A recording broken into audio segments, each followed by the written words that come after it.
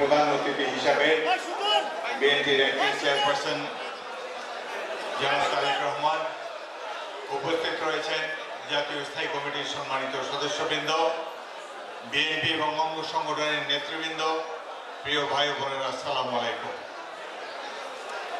আমি এর আগে যেই সভায় এখানে ইঞ্জিনিয়ার্স ইনস্টিটিউটে বক্তব্য রেখেছিলাম, সেই দিন ছিল স্বৈরাচারী শেখ হাসিনা স্বমহিমায় বিদ্যমান রাষ্ট্রীয় প্রত্যেকটি প্রতিষ্ঠানকে ধ্বংস করার কাজে লিপ্ত এক ভয়ের আবহাওয়ায় আমরা বসবাস করছিলাম। আল্লাহর রহমতে ছাত্র জনতার সংগ্রামে, বিশেষ করে বিএনপি নেতৃবৃন্দের 17 বছরের তুমুল গণ আন্দোলনের ফলে স্বৈরাচারী শেখ হাসিনার সরকার বাংলাদেশের অভ্যুদয় থেকে বিদায় হয়েছে। অনেকে হয়তো কল্পনা করতে পারেননি কিভাবে তার বিদায় হবে। সেই দিন আমরা বলেছিলাম যে এই সরকারের সেনাপ্রধান চোর, পুলিশ প্রধান চোর, এই ধরনের একটি গণবিরোধী সরকার কখনো বাংলাদেশের রাষ্ট্রক্ষমতায় থাকতে পারে না। অবশেষে 1 মাসের মধ্যেই আমাদের সেই বক্তব্য খুলেছে। জনগণ রাজপথের আন্দোলনের মাধ্যমে স্বৈরশাসক শেখ হাসিনা বিদায় হয়েছে। এটাকে অনেকেই দ্বিতীয়বারের মতো দেশ স্বাধীন হয়েছে বলে মনে করে। অবশ্যই আজকের এই দিনে গভীর শ্রদ্ধার সাথে স্মরণ করি স্বাধীনতার ঘোষক বাংলাদেশের মহান রাষ্ট্রপতি শহীদ জিয়াউর রহমানকে। তিনি জাতীয়তাবাদী ধারার রাজনীতিকে বাংলাদেশে প্রতিষ্ঠিত করে গিয়েছেন।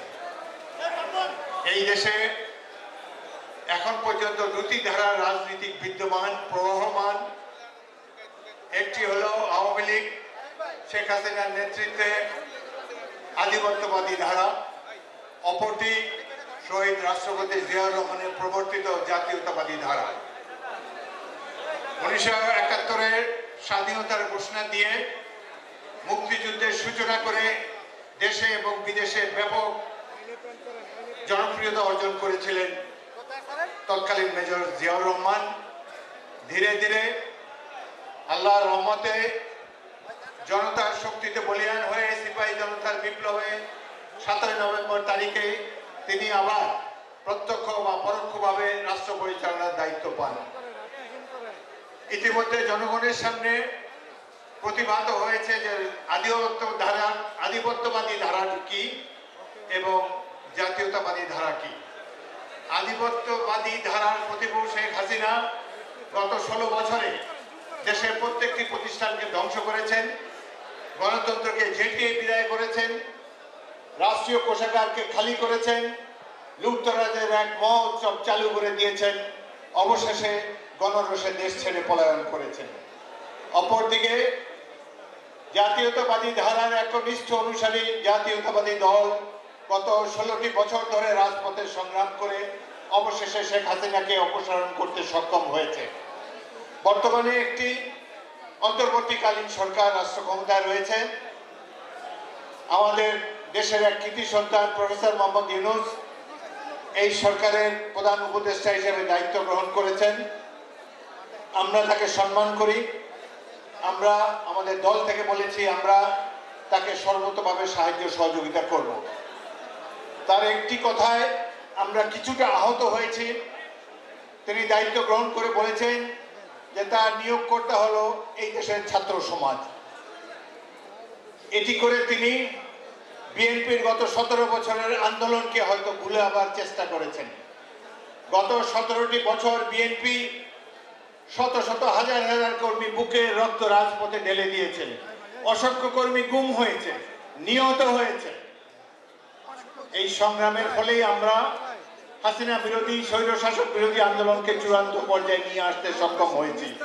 শেষ পর্যায়ে ছাত্ররা যে আন্দোলনে জেমেছে সেখানে বিএনপি, ভারতীয় দল, প্রত্যেক বিরোধী রাজনৈতিক দল সেখানে অংশগ্রহণ করেছে। আমাদের ছাত্র দল, যুব দল, প্রত্যেকটি দলের সেখানে অংশগ্রহণ ছিল। প্রফেসর ইউনূস হয়তো বিদেশে থাকার ফলে এই চূড়ান্ত পর্যায়ের আন্দোলন সম্পর্কে ততটা অভিজ্ঞ ছিলেন না। যাই হোক, আমরা আশা করি যে গণতন্ত্র প্রতিষ্ঠার লক্ষ্যে বিএনপি 16 বছর ধরে সংগ্রাম করে এসেছে। জনগণের ভোটাধিকার অর্জনের জন্য বুকে রক্ত ঢেলেছে রাজপথে। এই সরকার চেষ্টা করবে সেই জাতীয়তাবাদী ধারার রাজনীতিকে আরো অগ্রগামী করার জন্য। এই মুহূর্তে আমাদের লক্ষ্য হলো আমরা যে গত 16 বছর ধরে গণতন্ত্র প্রতিষ্ঠার জন্য, জনগণের ভোটাধিকার অর্জনের জন্য একটি স্বাধীন পররাষ্ট্রনীতি অনুসরণ করার জন্য সংগ্রাম করে এসেছি। এই বর্তমান তত্ত্বাবধায়ক সরকার, আমরা আশা করব এই ধারাকে আরো এগিয়ে নিয়ে যাবে। নেতৃবৃন্দের কর্মীদের উদ্দেশ্যে একটা কথা বলতে চাই, আগামী দিনে আমরা একটা নির্বাচনের জন্য প্রস্তুত হচ্ছি। এই নির্বাচন দিতে মার্চ এপ্রিল, যদি সরকার চায় মার্চ এপ্রিলের মধ্যে এই নির্বাচন দিতে পারে, কিন্তু অত্যন্ত পরিতাপের বিষয়, লিডিং বা নেতৃবৃন্দের কাছ থেকে নির্বাচনী কোনো রোডম্যাপের সংবাদ আমরা পাচ্ছি না। নির্বাচন কমিশন এখন পর্যন্ত 3 মাস হয়ে গেল গঠিত হয়নি। আমরা অপেক্ষা করে আছি দীর্ঘদিন যে সংগ্রাম আমরা করেছি গণতন্ত্র প্রতিষ্ঠার জন্য, সেটি আরো ত্বরান্বিত হবে। নির্বাচিত সরকার পারে সংবিধান সংশোধন করতে। ডক্টর কামাল হোসেন গতকালকে বলেছেন, কোন ব্যক্তির কলমের খোঁচায় সংবিধান পরিবর্তিত হবে না। আমরা বিশ্বাস করি বাংলাদেশের একটি সুষ্ঠু নির্বাচনের মাধ্যমে নির্বাচিত সরকারই পারে বাংলাদেশের সংবিধানকে সংশোধন করতে। আমরা সেই সংশোধন করার জন্য অপেক্ষা রইলাম। আজকের এই দিনে আপনাদেরকে সবাইকে সংগ্রামী শুভেচ্ছা নিয়ে বিদায় নিচ্ছি। আল্লাহ হাফেজ। বাংলাদেশ জিন্দাবাদ। শহীদ জিয়া, ওমর হক বেগম খালেদা জিয়া জিন্দাবাদ। জনাব তারেক রহমান জিন্দাবাদ।